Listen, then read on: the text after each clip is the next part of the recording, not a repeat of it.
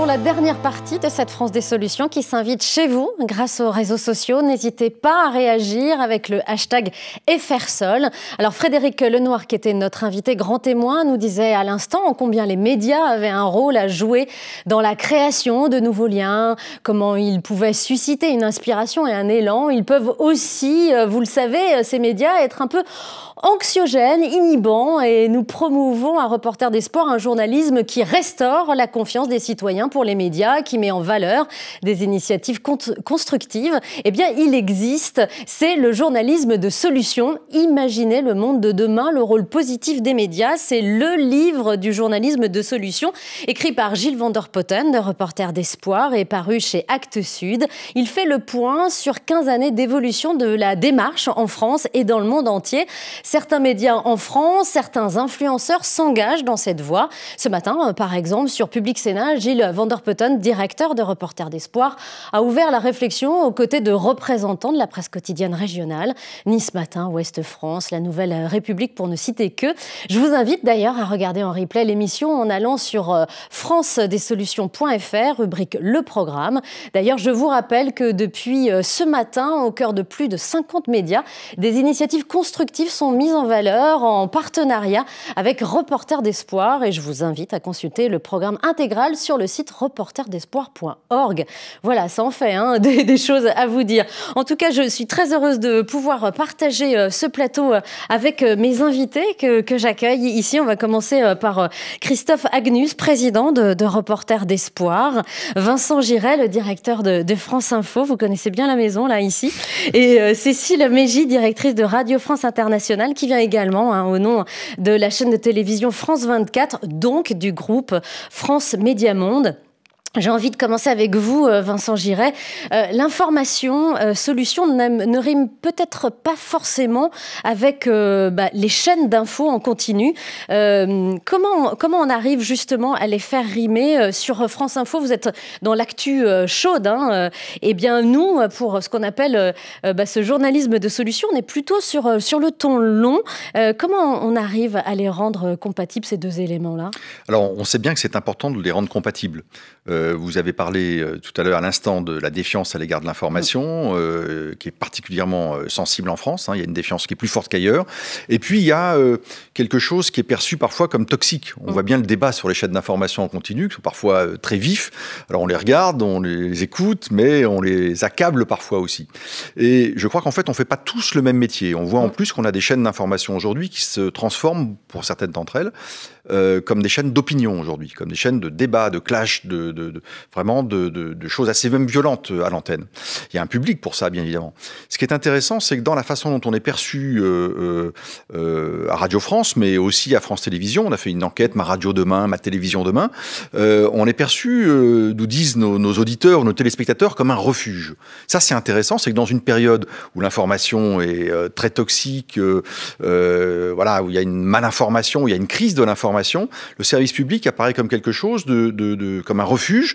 Donc ça veut dire comme un espace plus sain, plus protégé, plus protecteur pour l'information. Alors ça se manifeste comment? Pas forcément toujours par un journalisme de solution. C'est un des outils, je pense, c'est un outil intéressant.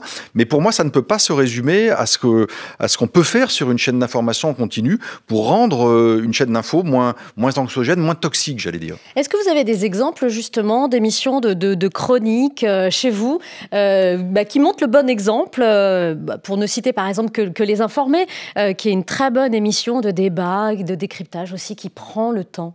Oui, alors je crois qu'il y a d'abord une sorte de réglage à faire. Quand on fait de l'information continue, on est là pour donner de l'information, et l'information, elle peut être anxiogène. Elle peut être, là, on vit en plus dans une période de crise grave, sanitaire, qui nous touche tous, chacun d'entre nous, et on a une sorte de choc, je pense, psychique assez fort, et donc on doit gérer sur la durée, c'est ça qui est pas facile, sur la durée quelque chose qui est très anxiogène. Alors comment le fait-on? Il y a une forme de réglage, c'est-à-dire qu'il faut pouvoir parler de cette chose calmement, il il faut pouvoir avoir le temps à la fois de donner de l'information et de la contextualiser. Je pense qu'on ne jette pas de l'information n'importe comment dans une roue qui tournerait à folle allure. On doit pouvoir ralentir. Chez nous, en plus, on a des règles de validation, de vérification de l'information qui sont extrêmement strictes. On retient l'information tant qu'elle n'est pas vérifiée. On la contextualise. On n'est pas dans une course folle. Je crois que ça, c'est extrêmement important. Et ensuite, vous parliez de moments, de chroniques. Je pense qu'il faut montrer aussi, ça fait partie de peut-être des solutions, en tout cas le débat contradictoire. D'un débat contradictoire peut émerger des solutions. Il faut qu'on laisse le temps au débat contradictoire. On a une certaine éthique du débat public, je pense, dans le service public. Et je pense que ça, c'est quelque chose qu'il faut maintenir. Et ensuite, des chroniques, oui, on en a plein tous les jours. Et je termine juste là-dessus, mais dans la période du Covid, on a, par exemple, fait un tour de France des initiatives solidaires. C'est aussi quelque chose qui montre qu'il y a une partie de la solution qui est chez nous, qui est sur chacun d'entre nous. Et c'est vrai aussi pour le climat ou pour la science. Il y a des choses où on peut être acteur. Je pense que c'est très important de valoriser, vous le disiez d'ailleurs dans votre introduction, de valoriser des initiatives positives. Et ça, c'est un mélange, un cocktail qu'on fait tourner tout au long de la journée et qui permet aussi d'avoir ce ton différent dans une chaîne d'information en continu. Cécile, vous êtes directrice de RFI, vous parlez, je le disais, aussi au nom de France 24. Vous avez pour mission de faire rayonner la France. Comment est perçue déjà la France à l'extérieur et comment est perçu justement ce que nous appelons le journalisme des solutions? Est-ce qu'elle a la place sur vos antennes? Alors, je pense que cette demande de solutions, cette demande peut-être même d'exemplarité, elle est globale. On le voit, on a fait des études qualitatives, notamment auprès de jeunes dans les pays où RFI en français et France 24 en français ont un vaste auditoire. En Afrique francophone, par exemple, la jeunesse d'Afrique francophone a les mêmes envies, les mêmes besoins presque que une bonne part de nos audiences en Europe occidentale. C'est-à-dire que la solution, le positif, l'exemplarité, le journaliste qui dénonce, mais qui apporte quelque chose de plus, c'est quelque chose qui est globalement demandé, souhaité, et que on inscrit nous dans notre, et je rejoins en ça Vincent, on inscrit nous dans notre construction. Et justement, c'est dans votre ligne éditoriale aussi, si j'ose dire, vous faites attention vraiment à le promouvoir, ce journalisme de solution, à demander à vos équipes d'être vigilants là-dessus. Oui, alors on leur demande d'être vigilants, d'être responsables aussi. Et là, je rejoins encore une fois Vincent Giré, parce que on est dans un journalisme, si l'objectivité, l'expertise, la vérification, la responsabilité de ce que nous faisons est une part du journalisme de solution, alors oui, au quotidien, on promeut le journalisme de solution. Et ça, sur des territoires, vers des cibles, vers des audiences qui ne sont pas forcément dans des pays où ce qui peut nous paraître évident à court. Et je pense qu'un média international comme RFI, comme France 24, dans nos 19 langues, comme Monte Carlo Doualiya, c'est aussi ça, être un média français.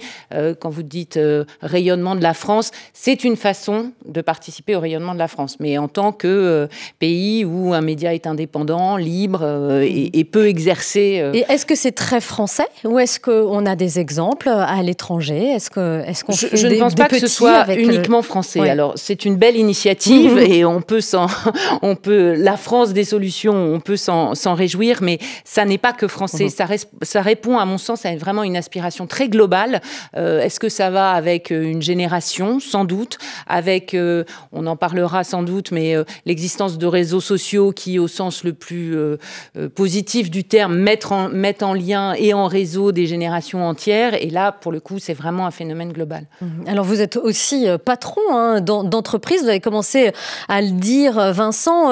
Ça rentre un petit peu dans l'idée générale que l'entreprise doit aborder ces sujets-là au-delà de l'antenne, au-delà des émissions. Ça y est, il faut que ce soit une chose commune à tous les niveaux de l'entreprise média aux entreprises médias que vous dirigez. On sait qu'il y a une demande d'horizontalité aujourd'hui. il y a une demande de participation, d'engagement. Alors on la voit sur les réseaux sociaux, parfois pour le meilleur, parfois aussi pour le pire. Donc il faut, nous, essayer de civiliser les espaces où on donne la parole à des gens qui ont, et je rejoins l'expression de Cécile, de l'exemplarité. Ça, c'est important. Et ça, on le fait, par exemple, mais dans des domaines très différents. Vous voyez, on a une chronique tous les matins qui s'appelle « C'est mon boulot ». C'est mon boulot, on parle du travail. Il y a plusieurs façons de voir le travail. On pourrait se dire, le travail, c'est difficile, il y a du chômage, il y a des mutations, il y a de l'intelligence artificielle qui arrive, il y a des risques psychosociaux, etc., etc. Bien sûr, tout ça existe. Mais on ne va pas en parler de manière macro, on va en parler de manière micro, c'est-à-dire à travers des personnages, des gens qui vont dire, par exemple, on fait beaucoup de choses dans cette chronique sur le potentiel du numérique. Bien, on va faire parler des gens ou parler de gens qui faisaient une chose et en font une autre aujourd'hui. Comment ils se sont formés, comment ils se construisent des chemins professionnels. Et en racontant ces parcours-là, en fait, vous donnez de l'information. Vous êtes utile, en fait, à vos auditeurs ou à vos téléspectateurs. Être utile, personnellement, c'est une expression, je crois, tout à fait complémentaire à celle du journalisme de solution. Elle me va mieux, moi, pour une chaîne d'information en continu, mais être utile, il y a dans les solutions, on est utile aussi, on est utile aux autres. Et on fabrique du lien, effectivement, et je crois si vous prenez comme boussole être utile, il y a beaucoup de choses qui changent dans le métier du journalisme. Alors, je voudrais qu'on écoute maintenant le témoignage d'Elsa Margou, directrice des magazines d'info à France Télévisions, et de Cécile Allegra, documentariste et lauréate du prix Albert Londres, et on réagit ensemble après.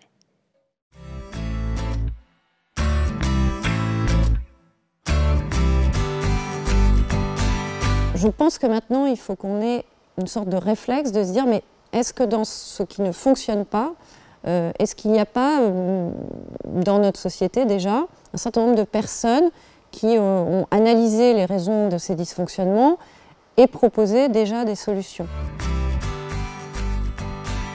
Quand on a fait une grande émission diffusée en prime de pièces à conviction consacrée à la psychiatrie, il y avait tout un pan de l'enquête qui montrait qu'on manquait évidemment de dispositifs d'accueil pour les malades comme les schizophrènes notamment.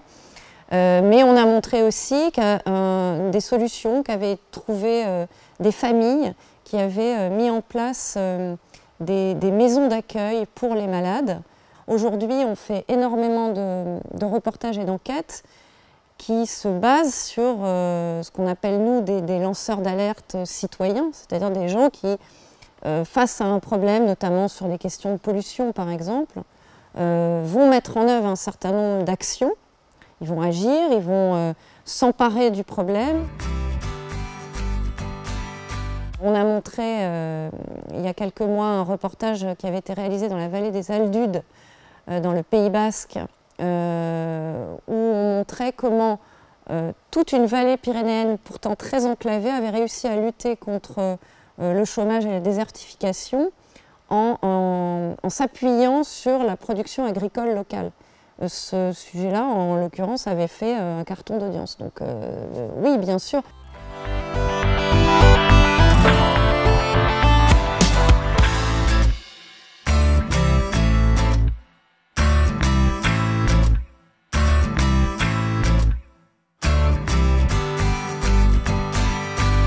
Oui, moi ça me parle.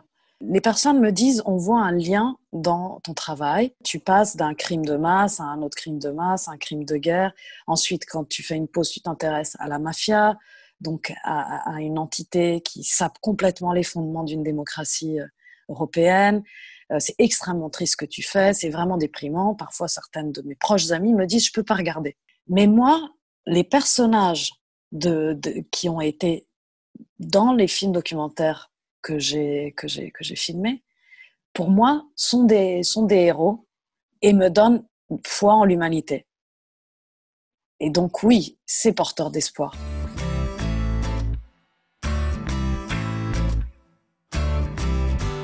Nous, on fait ça avec des victimes de tortures gravissimes, des victimes de crimes de guerre. On les emmène dans un lieu très particulier qui est Conques. Et là, il y a un village bienveillant, il y a des habitants formidables, il y a des frères d'un ordre, l'ordre des Prémontrés, qui ont voulu les accueillir. Et quelque part, c'est ça qui les aide à se réparer. Ce qui se déploie de liens, de guérison, de solidarité, vous redonne réellement foi en la possibilité d'aller de l'avant de l'humanité et qui est constamment quand même challengée par des nouvelles effroyables.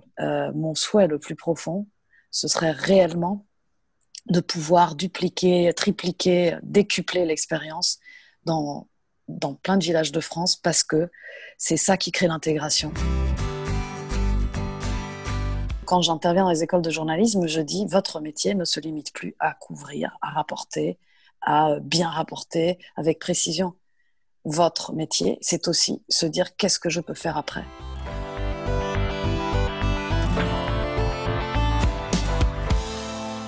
Deux très beaux témoignages. Je suis ravie d'ailleurs qu'elle participe à cette France des solutions avec nous. Christophe Agnus de Reporters des Sports, je voulais vous faire réagir entre autres aux propos de Cécile Allegra. Ces personnages, les personnages de ces documentaires sont des héros et elle nous dit qu'elle dit aux plus jeunes qu'elle rencontre dans des centres de formation pour journalistes que le métier de journaliste c'est aussi ce que je peux faire après. Voilà, le journaliste a un rôle très important à jouer. Je sais que ça vous parle parce que les zones de conflit, vous connaissez. Oui, je connais justement. Dès que vous allez sur une zone de conflit, vous avez le drame. Mais dans le même endroit, vous êtes des gens qui essaient de lutter pour résoudre les problèmes du drame. Donc vous avez à la fois effectivement les gens qui détruisent et les gens qui construisent. Donc au même endroit. Et donc, effectivement, ce sont des héros parce qu'on voit régulièrement des gens qui, quand vous allez à Sarajevo et que vous avez les gens qui essaient de sauver les livres de la bibliothèque, les gens qui sauvent les livres de la bibliothèque, ils construisent le Sarajevo qui est aujourd'hui vivant. Donc ce sont des héros dans ce cas-là, et ça ce sont les deux aspects qu'il faut raconter, car c'est jamais tout blanc tout noir, vous savez la vie, et toutes les choses sont. J'aime bien l'expression effectivement qu'il faut tout vérifier, mais il faut aussi regarder la totalité d'une situation. Et une totalité d'une situation, c'est pas que du drame, c'est aussi beaucoup de choses. Savoir faire un pas de côté aussi. Il faut faire un pas de côté, il faut regarder d'un peu plus haut. Et se détacher de ce qui est évident, regarder derrière le premier plan, regarder l'arrière-plan, et essayer de raconter une histoire complète. Est-ce que vous avez, vous, des exemples de résilience, justement J'aime bien, moi, dans l'idée de Cécile Allegra, de regarder ce qui se passe après. Oui. Oui, je trouve que c'est une piste intéressante pour faire travailler nos rédactions. Je vais vous donner un exemple de ce qu'on a essayé de faire modestement. Pendant la période du Covid, il y a eu donc toutes ces initiatives qui ont été prises. Martin Hirsch, qui est le patron de la PHP, a créé quelque chose qui s'appelle l'Institut de l'engagement, qui existe déjà depuis plusieurs années. Eh bien, il a choisi de faire une sélection avec un jury, en faisant candidater tous ceux qui avaient pris des initiatives, pour essayer de les aider à construire en fait des parcours plus solidaires, des entreprises sociales, bref, de ceux qui avaient envie de trouver une voie dans cet espace-là de solidarité. Et eh bien, nous avons décidé d'être partenaires pour faire savoir précisément et pour encourager tous ceux qui avaient pris des initiatives pendant la crise à candidater finalement à l'Institut de l'engagement et pour avoir au bout une formation pour les aider à structurer quelque chose de durable dans la société française.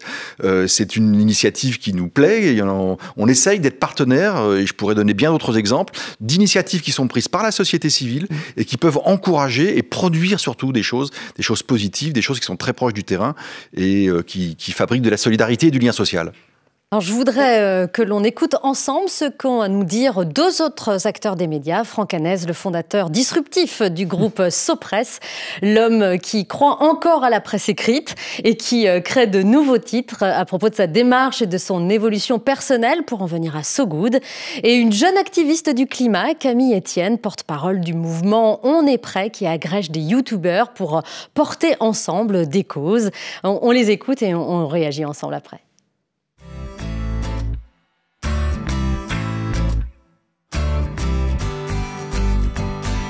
Ça fait depuis 99 qu'on me dit que la presse va mal, que tout va mal, que le monde est en crise. Et en fait, tu te rends compte qu'il y a plein de gens qui se battent pour que les choses aillent mieux. Alors ça ne veut pas dire que le monde va bien, mais ça veut dire qu'il y a quand même... T'es pas obligé toujours de regarder le verre à moitié vide, quoi.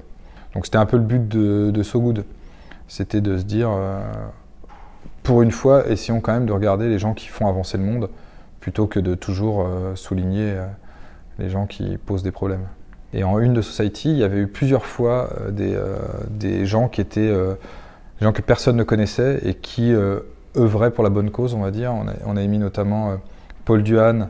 Tout à coup, on avait un gamin de 23 ans qui se battait pour essayer de trouver des algorithmes pour résoudre ce chômage. en partie. Et on s'est dit, on va le mettre en avant comme une espèce de signal, en fait, pour dire, regardez, il y a des gens qui font des trucs super. Et ça avait bien marché, en fait. Le numéro, c'était bien vendu. On l'avait refait après avec Greta Thunberg, qui à l'époque où on l'a mis en couverture, était personne, en fait. C'était pas du tout la Greta Thunberg qui est aujourd'hui une espèce d'emblème d'écologie mondiale. Et ça avait aussi bien marché. Donc on avait des espèces de retours d'expérience comme ça, de retours lecteurs qui étaient très positifs sur des initiatives qui étaient elles aussi très positives. Et parallèlement, il y a Ulule qui est venu nous voir.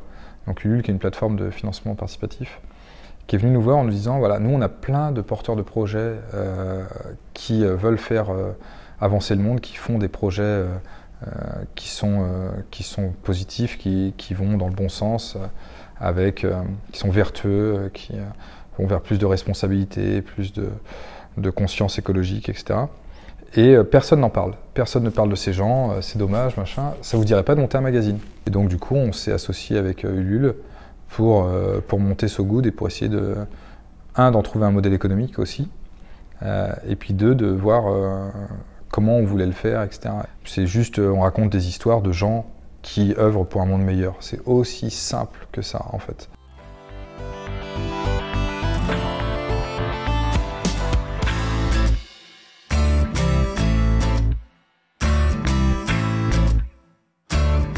Bonjour, moi c'est Camille Etienne, je suis une jeune activiste pour le climat et j'essaie simplement d'être une jeune qui redonne un peu de sens à ce monde et je suis porte-parole d'un mouvement qui s'appelle On est prêt. J'ai aussi un compte Instagram, Graines de Possible, où je fais pas mal de choses. Et puis, on m'avait peut-être vu dans une vidéo qui s'appelle Réveillons-nous, avec un collectif qui s'appelle Pensée Sauvage. Et c'est une chaîne YouTube où on essaie un peu d'utiliser l'art pour changer les choses. Pourquoi les gens, ils avancent pas? Parce qu'ils sont pas au courant. Je suis persuadée que c'est parce qu'on n'est pas au courant. N'importe quelle personne de sensée, si on lui dit tu vas mourir demain si tu continues, bah arrêtez d'avancer. Enfin, je veux dire, c'est normal. Et si on continue encore de courir, c'est peut-être parce que les gens ne se rendent pas compte de l'urgence. Et comment les mettre au courant de l'urgence? Et ben, par les médias. Et donc, c'est pour ça que j'investis beaucoup de temps dedans, parce que je crois beaucoup dans ce modèle. Chaque personne fonctionne différemment. La peur, ça peut être un levier d'action et de mobilisation, mais pas pour tout le monde. Et ça marche sur très peu de gens. Moi, ça fonctionne. C'est-à-dire que moi, quand je lis des rapports du GIEC, j'ai envie de sortir dans la rue dès le lendemain, dès l'heure d'après, et d'aller faire la révolution. Il y a plein de gens qui ont juste envie de pleurer, et une des réactions de la peur, c'est d'être figé et de plus rien faire. On a bien sûr besoin aussi d'un élan vers la vie, plutôt que de montrer simplement regardez ce qu'on peut fuir. On a besoin de dire mais regardez aussi ce vers quoi on peut aller et d'y aller. Et donc je pense que c'est pour ça que c'est tous ces trucs positifs, ces trucs qui donnent envie. Bah il y a plein de gens. Quand on voit le film de Cyril Dion Demain, le nombre de personnes qui ont dit mais c'est ça qui m'a donné envie de le faire quoi. Et moi je dis souvent que je suis une utopiste réaliste ou une optimiste constructive.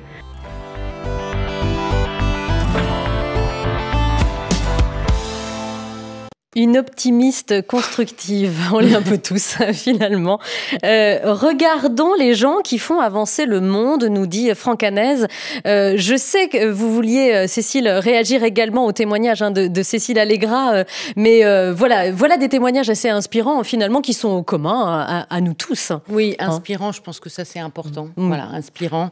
On parlait de modèle tout à l'heure et la vertu de ce journalisme dit de solution ou qui valorise de l'exemplarité en matière de santé, d'éducation. Je pense que ça, ce sont des choses qui apparaissent vraiment sur nos antennes. Alors, c'est pas un gros mot, des antennes de service public aussi et de service du public. Et je pense que ça, c'est une valeur aussi qui sous-tend toutes ces actions-là.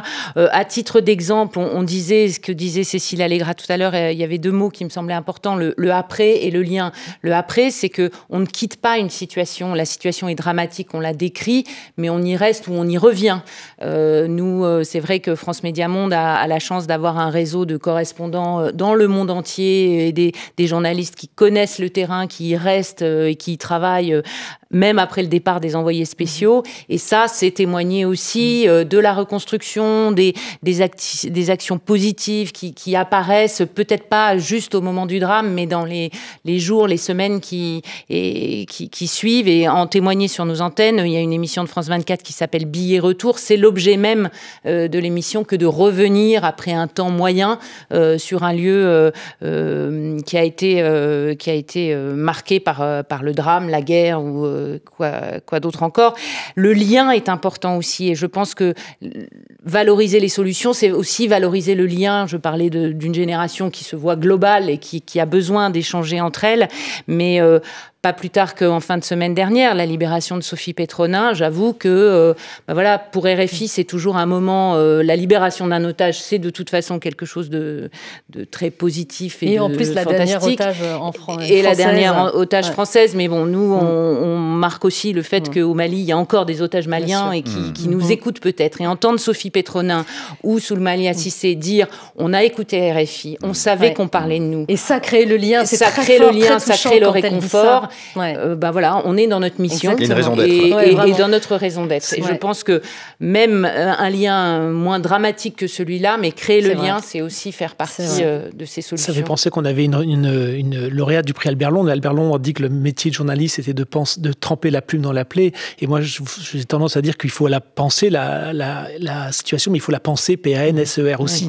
Et c'est le double rôle, la cicatriser. C'est le double rôle des journalistes. C'est-à-dire qu'il faut d'amener à penser avec toutes les vérifications d'informations que peuvent faire les journalistes qui travaillent, et puis derrière, amener aussi des solutions pour la pensée PANSER. Alors, Christophe, puisque vous avez la parole, je vous la laisse. Est-ce que vous voulez bien nous parler des missions de notre ONG Reporters d'Espoir et de ce que vous attendez justement peut-être de Reporters d'Espoir dans les années à venir? Ce qu'on voudrait, c'est une double chose.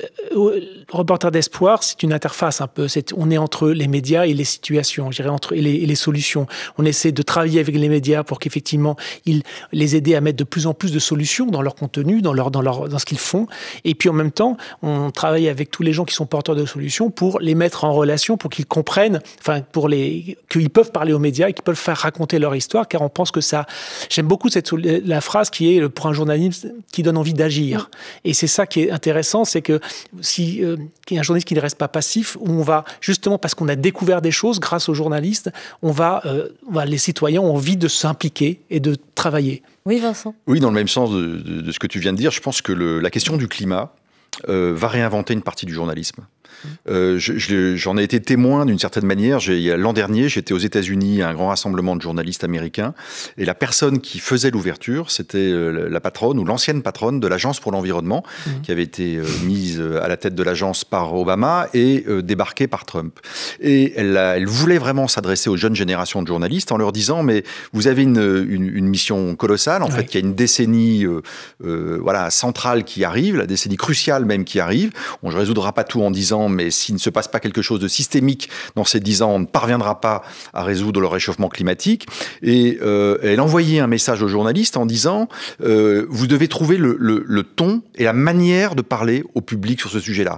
Si vous faites que de l'anxiogène, dans un pays en plus qui est encore climato-sceptique, ou majoritairement climato-sceptique comme les États-Unis, ça ne marchera pas. Donc vous devez partager des informations et trouver le moyen de faire part de solutions, ou en tout cas d'actions positives faites par chacun d'entre nous en quelque sorte. Et ça, je voyais très très bien combien ce message-là était reçu par les jeunes générations de journalistes. Je crois que la question du climat est en train de réinventer l'imaginaire des jeunes générations de journalistes. C'est le combat de leur génération. Et il y aura certainement à travers ça une nouvelle façon de pratiquer le journalisme qu'on voit déjà. Les médias collaborent aujourd'hui, partagent des informations, ne sont plus des concurrents sur ces sujets-là. Le réchauffement climatique, ça concerne tout le monde. Donc on peut partager les informations, on peut agir ensemble et trouver une façon positive de parler de cette question aussi centrale pour chacun d'entre nous. Je préfère le terme constructif à positif. C'est ça, quelque chose qui permet effectivement de se mettre en marche. Absolument. Si j'ose dire. Alors en marche, nous le sommes, grâce à la France des solutions, grâce à Reporters d'Espoir. Beaucoup de missions pour Reporters d'Espoir, de formation, de prix, de développement, de rendez-vous réguliers. Tout ce qui est fait pour mettre en évidence ce journaliste de solutions. Nous étions ravis en tout cas de porter cette France des solutions 24 heures, mais aussi une semaine. Merci à tous les trois d'avoir été mes invités. Merci à toutes les équipes qui ont préparé ce magazine, à mes confrères, à mes consoeurs animateurs qui l'ont co-animé. Merci à Radio France de nous avoir accueillis ici, dans le studio 221. Merci à la société de production Beau Travail, aux mécènes de Reporters d'Espoir. Merci aux équipes en régie et à mes côtés pour préparer bien cet événement un peu particulier que nous avons partagé ensemble sur les réseaux sociaux. N'hésitez pas d'ailleurs toujours à réagir avec le hashtag #FRSol. Vous pouvez avoir toutes les informations sur Reporters d'Espoir sur notre site reportersdespoir.org. Voilà, donnez-nous des nouvelles, donnez-nous de vos nouvelles, donnez-nous des bonnes nouvelles. Merci aux 50 médias partenaires qui nous ont accompagnés. Je vous dis à bientôt, peut-être pour un événement physique l'année prochaine, même si on était très bien ici en studio. Voilà, je vous dis à très bientôt. Merci de nous avoir accompagnés.